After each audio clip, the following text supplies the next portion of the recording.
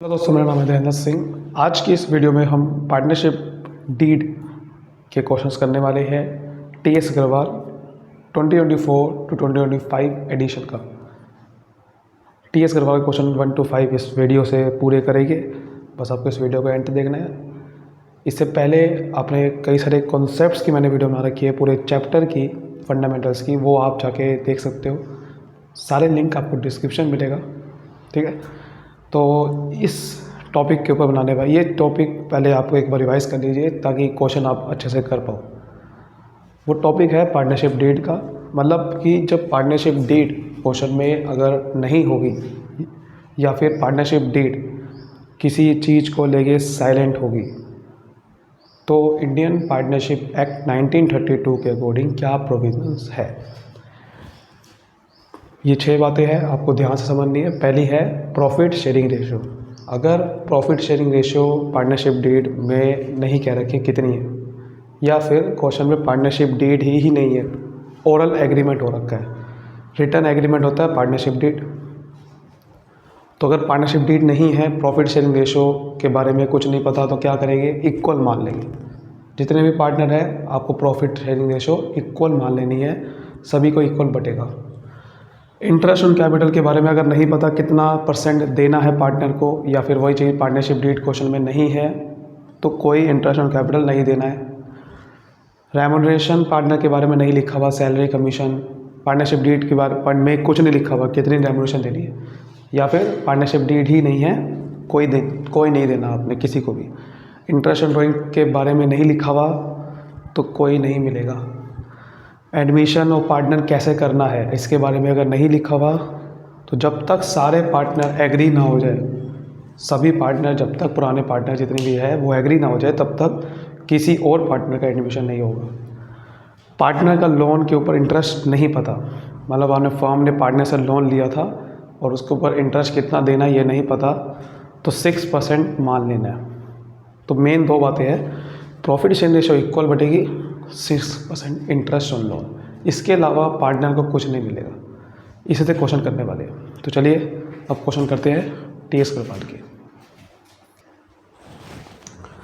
सबसे पहले first question देखते हैं क्या लिखा हुआ है। In the absence of partnership deed state the provisions of partnership act 1932।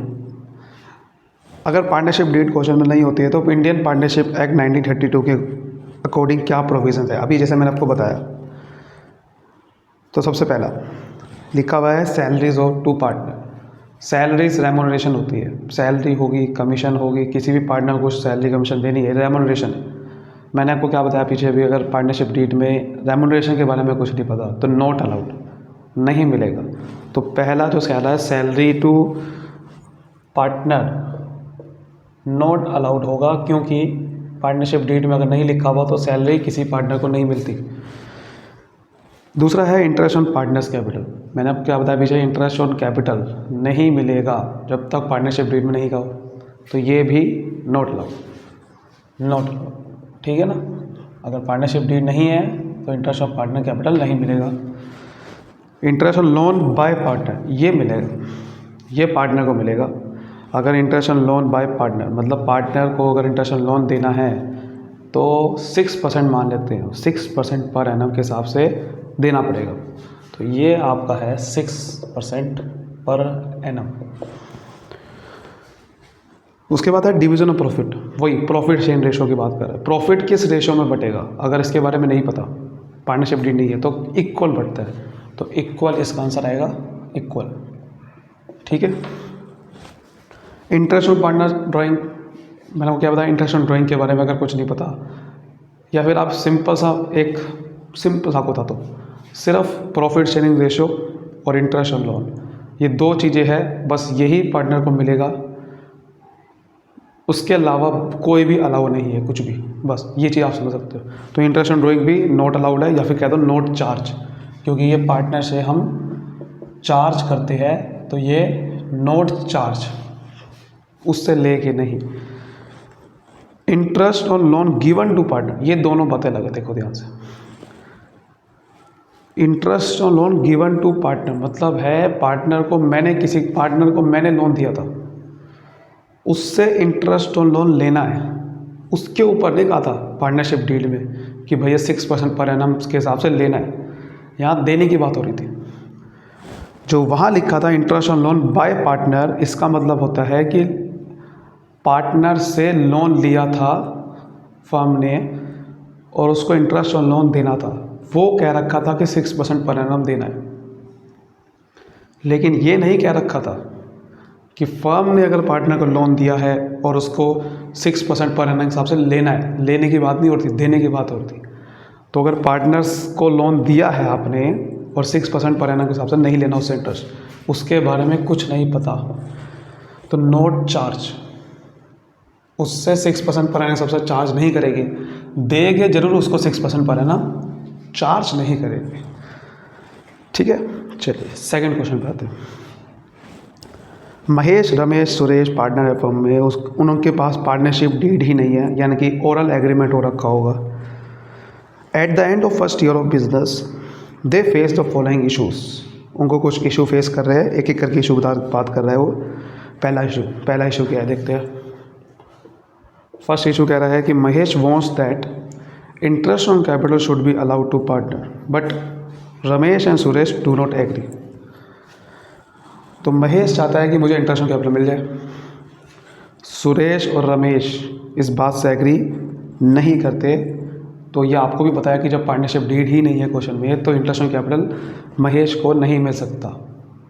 तो वो बिल्कुल, रमेश और सुरेश बिल्कुल सही कह रहे हैं कि भाई हम नहीं चाहते कि तुम्हें इंटरेस्ट ऑन कैपिटल मिले, हम इस बात से एग्री नहीं करते।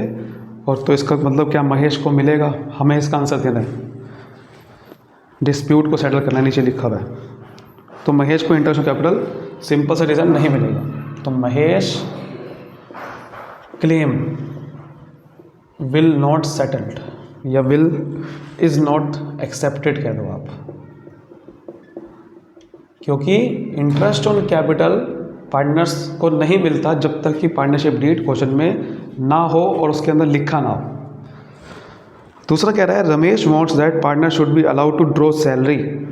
अब रमेश सैलरी चाहता है, लेकिन महेश और सुरेश इस बात से एग्री नहीं करते। सैलरी क्या पार्टनर को मिलेगी जब पार्टनरशिप डीड ही नहीं है? सर नहीं मिलेगी, बिल्कुल नहीं मिलेगी, क्योंकि पार्टनरशिप डीड में लिखा होना चाहिए, होनी चाहिए पहले पार्टनरशिप डीड। तो रमेश का ये भी क्लेम एक्सेप्ट नहीं होगा। तो Ramesh claim is not accepted, simple. उसके बाद कह रहा है कि Mahesh and Ramesh want that Suresh should pay interest on loan given to him by the firm but Suresh do not agree. ध्यान समझना बात को। कह रहा है कि महेश और रमेश चाहते हैं कि सुरेश को इंटरेस्ट ऑन लोन देना चाहिए, जो क्योंकि फर्म से उसने लोन लिया था। अब मुझे एक चीज़ बताओ, मैंने पीछे आपको बताया था, पार्टनरशिप डीड अगर क्वेश्चन में ना हो तो पार्टनरशिप एक्ट ये कहता है कि आपको 6% पर एनम के हिसाब से इंटरेस्ट और लोन लेना है पार्टनर से, अगर फर्म ने पार्टनर को लोन लिया था। फर्म की बात हो रही थी, फर्म को 6% पर एनम के हिसाब से लोन का इंटरेस्ट देना होगा अगर पार्टनरशिप डीड नहीं। लेकिन यहाँ पर किसकी बात की जा रही है? यहाँ पर बात की जा रही है सुरेश को देना है। इसका मतलब फर्म ने लोन दिया होगा, लोन देने की बात नहीं हुई थी। सुरेश से अगर इंटरेस्ट ऑन लोन लेना है, उसके ऊपर 6% की पर एनम की बात नहीं हुई थी। अगर ये कहता कि सुरेश को देना है फर्म ने, तब बात हुई थी। तो सुरेश से फर्म मांग रही है इंटरेस्ट ऑन लोन, तो इसको 6% पर एनम सबसे नहीं लेना, ध्यान रखना बात को। तो इसलिए ये भी क्लेम इसका एक्सेप्ट नहीं होगा, किसका? सुरेश का। ठीक है, कि सुरेश का ये भी क्लेम एक्सेप्ट नहीं होगा। सॉरी, ये जो फर्म का क्लेम है, महेश और रमेश का क्लेम है बेसिकली ये। तो यही है, महेश और रहीम का क्लेम एक्सेप्ट नहीं होगा। तो यहाँ लिखेंगे Mahesh and Ramesh claim is not accepted. तो ध्यान रखना कि इंटरेस्ट ऑन लोन की जो बात की जा रही थी वो इसकी बात की जा रही थी जो फर्म ने देना है, ना कि लेना है। ठीक है ना, फर्म ने देना है अगर इंटरेस्ट ऑन लोन तो 6% पर एनम सबसे देना पड़ेगा, लेने की बात नहीं होती 6% पर एनम सबसे। लास्ट कह रहा है कि महेश और रमेश ने कैपिटल कंट्रीब्यूट करी उन्होंने कहा कि भैया प्रॉफिट को डिस्ट्रीब्यूट करो हमारी कैपिटल के हिसाब से, जितने ज़्यादा हमने कैपिटल लगाई है। सुरेश इस बात से एग्री नहीं कर रहा है। तो आप मुझे बताओ, क्या महेश और रमेश को कैपिटल रेशो के हिसाब से मिलेगी इसको प्रॉफिट का शेयर? नहीं, क्योंकि पार्टनरशिप डीड में कहता है कि अगर पार्टनरशिप डीड क्वेश्चन में ना हो तो इक्वल प्रॉफिट का शेयर होगा, प्रॉफिट डिस्ट्रीब्यूशन इक्वल होगा, ना कि किसी रेशो के हिसाब से। तो इसलिए ये भी क्लेम इसका एक्सेप्ट नहीं होगा। प्रॉफिट और लॉसेस इक्वल बढ़ते हैं अगर क्वेश्चन में कुछ ना कह रखा हो। तो यहाँ लिखेंगे प्रॉफिट्स और losses should be distributed equally. Clear? So जो महेश का, किसका क्लेम था? महेश और रमेश का। So Mahesh and Ramesh claim is not accepted. Clear? Next देखते हैं। सो क्वेश्चन नंबर अब 3 देखते हैं कि क्या लिखा हुआ है क्वेश्चन 3 में। क्वेश्चन 3 आप देखोगे तो following differences have arisen among P Q R, state who is correct in each case. आपको बताना है कि कौन करेक्ट होगा। पहला क्या रहा है? फर्स्ट कह रहा है कि P used 50,000 belonging to the firm and earned a profit of 5,000. Q and R want the amount to be given to the firm. अच्छा, ये भी आपको ध्यान से समझना है। ये कौन सा कॉन्सेप्ट है? ये कॉन्सेप्ट ये है कि भैया पार्टनर अगर किसी भी तरीके से, किसी और तरीके से प्रॉफिट कमा रहा है फर्म का इस्तेमाल करके, यानी कि फर्म के कोई प्रॉपर्टी इस्तेमाल करके कोई प्रॉफिट कमा रहा है और फर्म को बताया नहीं, तो भैया पार्टनर को वो हिस्सा फर्म को देना पड़ेगा। बिकॉज पार्टनरशिप में पार्टनर्स आपस में म्यूचुअल एजेंट और प्रिंसिपल होते हैं। अगर पार्टनर कुछ भी ऐसा काम कर रहा है, पार्टनर को फर्म के लिए काम करना पड़ेगा बेसिकली। अगर फर्म के बाहर काम कर रहा है तो फिर तो बाकी पार्टनर को लॉस हो जाएगा, तो उसको कंपनसेट करना पड़ेगा बाकी पार्टनर को भी, वो बाकी पार्टनर को उसका शेयर देना पड़ेगा। तो ये कह रहा है कि उसने क्या करा, 50,000 जो फर्म की बिलोंगिंग थी, कुछ भी फर्म की प्रॉपर्टी थी, उसका यूज़ करा और 5,000 रुपये का प्रॉफिट कमा लिया उसने। तो वो 5,000 का जो प्रॉफिट कमाया वो देना पड़ेगा किसको? वो देना पड़ेगा फर्म को वापसी, वरना बाकी पार्टनर से एग्री नहीं करेगा, उसको बाहर निकाल देंगे फर्म से। तो Q1R कह रहे हैं कि भैया अमाउंट फर्म को वापसी दो। तो इसने क्या करा होगा, भैया 50,000 की प्रॉपर्टी बेच दी होगी, 5,000 प्रॉफिट कमा लिया। तो QR कह रहे हैं कि भैया ये जो 50,000 की प्रॉपर्टी ये तो वापसी दो, साथ में जो 5,000 का प्रॉफिट कमाया ना ये भी वापसी दो। कैसे कमा लिया आपने प्रॉफिट? तो क्या करना पड़ेगा उसे? 55,000 रुपये देने पड़ेंगे, ना कि 50,000, ना कि 5,000 रुपये। क्योंकि 50,000 तो उनने एक तो प्रॉपर्टी उठा ली, ऊपर से 5,000 का प्रॉफिट भी कमा लिया, तो कितने देने पड़ेंगे? 50,000 प्लस 5,000। तो P has to pay 50,000 to the firm. 50,000 rupees firm को देना पड़ेगा, क्योंकि एक तो प्रॉपर्टी है, प्रॉपर्टी का एक तो पैसा है और 5,000 का प्रॉफिट भी, क्योंकि ये बिना बताए आपने प्रॉफिट कमाया। उसके बाद Q used 10,000 belonging to the firm and incurred a loss of 1,000. He wants the firm to bear the loss. अब मुझे एक चीज़ बताओ, Q ने 10,000 की प्रॉपर्टी उठा के बेचने की कोशिश करी, बेची होगी और 1,000 का नुकसान हो गया, लेकिन वो कहना चाह रहा है कि फर्म 1,000 का लॉस उसको बेयर करे। भैया फर्म कैसे बेयर करेगी? क्या फर्म को उसने बता के बेची है प्रॉपर्टी? नहीं। तो अगर बिना बताए अगर प्रॉपर्टी बेच दी, लॉस आपको बेयर करना होगा, बट अगर प्रॉफिट हुआ तो हमें देना होगा। तो लॉस फर्म बेयर नहीं करेगी, प्रॉपर्टी का पैसा मांगेगी, बस 10,000 रुपये दो। 1,000 रुपये का लॉस बेयर नहीं करेगी फर्म, क्योंकि वो आपका लॉस है। फर्म कहेगी आपका लॉस है क्योंकि आपने बिना बताए बेचा है। तो Q को सिर्फ 10,000 रुपये देने होंगे, ये आपको समझ। तो यहाँ लिखना पड़ेगा Q मस्ट पे 10,000 ओनली। ठीक है ना? ध्यान रखना बात को, लॉस नहीं वापसी मिलेगा, प्रॉफिट लेगी फर्म। सी कह रहा है कि सी पॉइंट कह रहा है P&Q want to purchase goods from Star Limited, R does not agree. P और क्यू गुड्स खरीदना चाहते हैं स्टार लिमिटेड से, लेकिन जो एक तीसरा पार्टनर है आर, वो एग्री नहीं कर रहा है इस बात पे। तो क्या गुड्स खरीदे जाएंगे स्टार लिमिटेड से? बिल्कुल खरीद सकते हैं, क्योंकि भैया अगर एक बंदा एग्री नहीं भी कर रहा है उससे कोई मतलब नहीं है, दो तो एग्री कर रहे हैं ना। क्योंकि आर और क्यू अगर चाहते हैं कि स्टार लिमिटेड से गुड खरीदा जाए, अगर मेजोरिटी पार्टनर अगर चाहते हैं कोई चीज़ कि उससे सामान खरीदा जाए तो सामान खरीद सकते हैं। हाँ, अगर बहुत सारे लोग मना कर रहे हैं तब नहीं खरीद सकते। तो इसलिए पी और क्यू अगर चाहते हैं स्टार लिमिटेड से, आर एग्री नहीं भी करता तब भी हम खरीद सकते हैं स्टार लिमिटेड से, कोई दिक्कत नहीं आएगी। ठीक है, तो यानी कि गुड्स में भी bot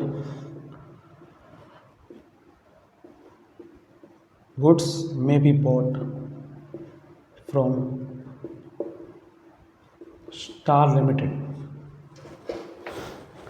Q and R want to admit W as a partner, P agree नहीं करता। ये आपको इंपॉर्टेंट बात समझनी है कि अगर एडमिशन किसी का करना है तो सब लोग एग्री करने चाहिए। हाँ, जब तक कि पार्टनरशिप डीड में कोई ऐसा चीज़ नहीं लिखी हुई कि भैया 70% पार्टनर एग्री कर जाए तो एडमिशन हो सकता है। अगर ऐसी चीज़ लिखी हो फिर तो ठीक है, नहीं लिखी हुई तो आपको पीछे मैंने बताया था पार्टनरशिप डीड नहीं होती तब भी उसमें ये लिखा था कि सब लोग एग्री जब तक नहीं करेंगे। एक भी बंदे ने मना कर दिया कि इसका एडमिशन नहीं हो सकता तो एडमिशन नहीं होगा। तो इसलिए पी अगर एग्री नहीं कर रहा है तो डब्ल्यू का एडमिशन नहीं होगा। तो यहाँ लिखिएगा W can not be admitted. W का एडमिशन नहीं हो सकता जब तक कि सारे लोग एडमिशन मतलब जब तक सारे लोग एग्री ना करें। लास्ट कह रहा है कि R had given loan of 2 lakh to the firm. R ने 2 लाख रुपए का लोन दिया फर्म को और 10% का इंटरेस्ट डिमांड कर रहा है, बट पी और क्यू इंटरेस्ट नहीं देना चाहते। तो देखिए, अगर आर ने 2 लाख का फर्म को लोन दिया था, यानी कि फर्म ने लोन दिया था, वही बात आगे। अगर डेट में कुछ नहीं लिखा होता और फर्म ने अगर लोन ले रखा है तो हमें 6% पर एनम के हिसाब से इंटरेस्ट और लोन देना है पार्टनर को। तो लेकिन आर चाह रहा है 10%, आर डिमांड्स 10% और पी और क्यू उस बात पे एग्री नहीं करते। बिल्कुल ठीक है, ऊपर कहीं लिखा है कि पार्टनरशिप डेट कुछ क्वेश्चन में है, नहीं लिखा हुआ ना। तो अगर क्वेश्चन में नहीं लिखा हुआ और वैसे भी वो जब पी और क्यू एग्री ही नहीं करते इंटरेस्ट, और या तो ऊपर पार्टनरशिप डीड होती ऐसा कहता नहीं है, इसका मतलब पार्टनरशिप डीड, तो 6% पर एनम हिसाब से इंटरेस्ट देते हैं फर्म। तो अगर पार्टनरशिप डीड नहीं होती तो 6%, 10% नहीं होगा। तो इसलिए आर को सिर्फ 6% के हिसाब से इंटरेस्ट मिलेगा, ना कि 10% के हिसाब से। सर क्वेश्चन में पार्टनरशिप डीड नहीं है, ऐसा कब कहा है? आपको ईमान की यही चलना है कि पार्टनरशिप डीड नहीं है, क्योंकि ऊपर कहेगा वरना कि भैया पार्टनरशिप डीड क्वेश्चन में एग्जिस्ट करती है। अगर ये बात नहीं कह रहा तो इसका मतलब नहीं करती। जरूरी नहीं है कि हर बार ये कहेगा कि पार्टनरशिप डीड एग्जिस्ट नहीं करती क्वेश्चन में। आपको ये जरूर कहेगा कि पार्टनरशिप डीड क्वेश्चन में है या पार्टनरशिप डीड में ये लिखा हुआ है, ये जरूर कहेगा। अगर ये कहीं नहीं लिखा हुआ तो इसका मतलब आपको यही मान के चलना है कि पार्टनरशिप डीड क्वेश्चन में है ही नहीं। समझ आ रही बात? चलिए नेक्स्ट 2 क्वेश्चन करते हैं। चलिए क्वेश्चन 4 देखते हैं। अब आप समझ गए होगी कैसे करना है। आगे कह रहा है कि वरुण, तरुण, शिवम एक पार्टनर है, पार्टनरशिप डीड क्वेश्चन में नहीं है। उन्होंने फर्दर कैपिटल इंट्रोड्यूस करी 5 लाख ऑन 1 अक्टूबर 2023 और शिवम ने 50,000 रुपये का लोन लिया फर्म से ऑन 1 अक्टूबर 2023। 1 अक्टूबर को मतलब कह रहा है वरुण ने तो कैपिटल डाली और शिवम ने लोन लिया 5 लाख का। उसके बीच में डिस्प्यूट्स हो गए उनके बीच में। तो पहला डिस्प्यूट ये है, Varun demands 10% interest on 5 lakh जो इसने एक्स्ट्रा कैपिटल डाली। क्या मुझे बताओ, पार्टनरशिप डीड क्वेश्चन में नहीं है तो आप एकदम से दिमाग में आएगा कि जब पार्टनरशिप डीड क्वेश्चन में नहीं है तो सिर्फ 2 बातें सर ने कही थी, एक तो प्रॉफिट शेयरिंग रेशियो, एक तो इंटरेस्ट ऑन लोन, बाकी कुछ नहीं मिलेगा पार्टनर को। तो इंटरेस्ट 10% का मांग रहा है कैपिटल पे जो 5 लाख की डाली उसने, क्या मिलेगा? नहीं, सिंपल, आपको आता है पहले से, तो नहीं मिलेगा। दूसरा कह रहा है कि Tarun desire that is Sandeep should be admitted as a partner, that he will give half of his share. Varun और शिवम एग्री नहीं करते। उसमें यही बात भी लिखी हुई थी, एक एडमिशन वाला भी पॉइंट था कि अगर पार्टनरशिप डीड ना हो तो एडमिशन किसी का नहीं हो सकता जब तक सारे लोग एग्री ना करें। तो जब वरुण और शिवम एग्री नहीं करते तो पार्टनरशिप डीड में दीप का एडमिशन नहीं हो सकता। थर्ड कह रहा है वरुण और तरुण आर ऑफ द व्यू कि शिवम को इंटरेस्ट ऑन लोन मिलना चाहिए 12% के हिसाब से। आपको पता है बात, भैया अगर फर्म ने लोन लिया है पार्टनर से तो 6% के हिसाब से इंटरेस्ट ऑन लोन मिलेगा पार्टनर को। कुछ भी कह दे वो 10% बोलेगा, 12% नहीं मिलेगा, सिर्फ 6%, क्योंकि पार्टनरशिप डीड क्वेश्चन में है ही नहीं। तो 6% मिलेगा, 12% नहीं मिलेगा। अच्छा एक चीज़ बताओ, पहले तो ये कह रहा था कि शिवम शुड बी चार्ज्ड, मतलब कि ये तो उल्टी बात थी। पहली बात तो ये बेसिकली फर्म को देखो शिवम ने 50,000 फर्म से लोन लिया था, फर्म ने नहीं दिया था, तो इसका मतलब कहना चाह रहा था कि 12% वो इंटरेस्ट चार्ज कह रहा था। मतलब वरुण और तरुण कह रहे थे कि भैया शिवम से आप 12% इंटरेस्ट ऑन लोन लो, क्योंकि फर्म ने उसको लोन दिया था इस बार। तो अब तो 12% भी इंटरेस्ट ऑन लोन चार्ज नहीं होगा, क्योंकि पार्टनरशिप डीड में अगर कुछ ना लिखा हो तो 6% तो वो वाली बात होती है कि जब फर्म ने पार्टनर से लोन लिया हो, ये तो दिया है यहाँ पर, तो यहाँ तो 12% क्या 6% क्या कुछ भी उससे चार्ज नहीं करेगी, कुछ भी उससे चार्ज नहीं करेगी।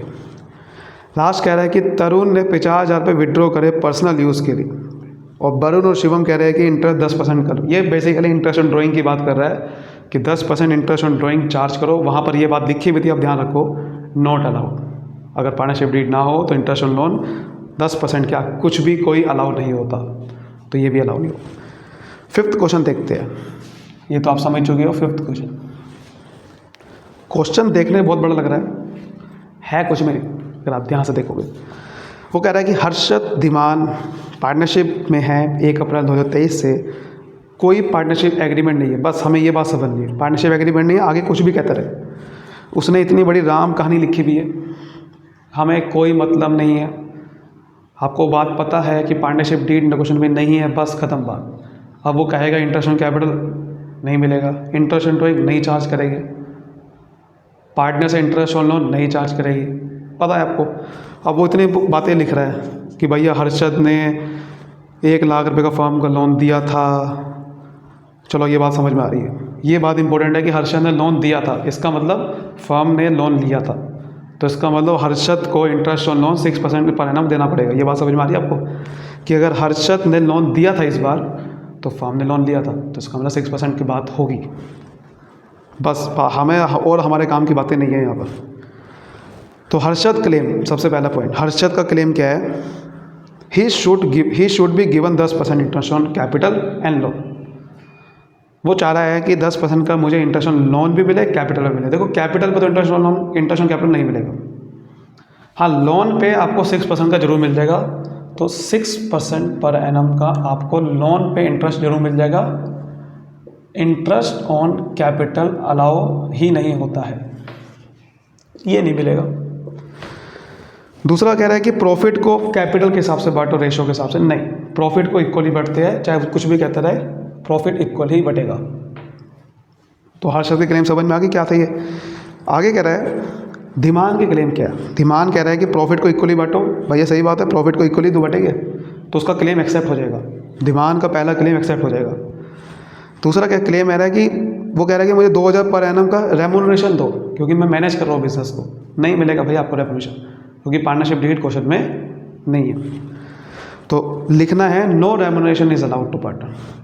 थर्ड कह रहा है कि इंटरेस्ट ऑन कैपिटल मुझे 6% का पर एनम का दो, नहीं मिल सकता भाई आपको।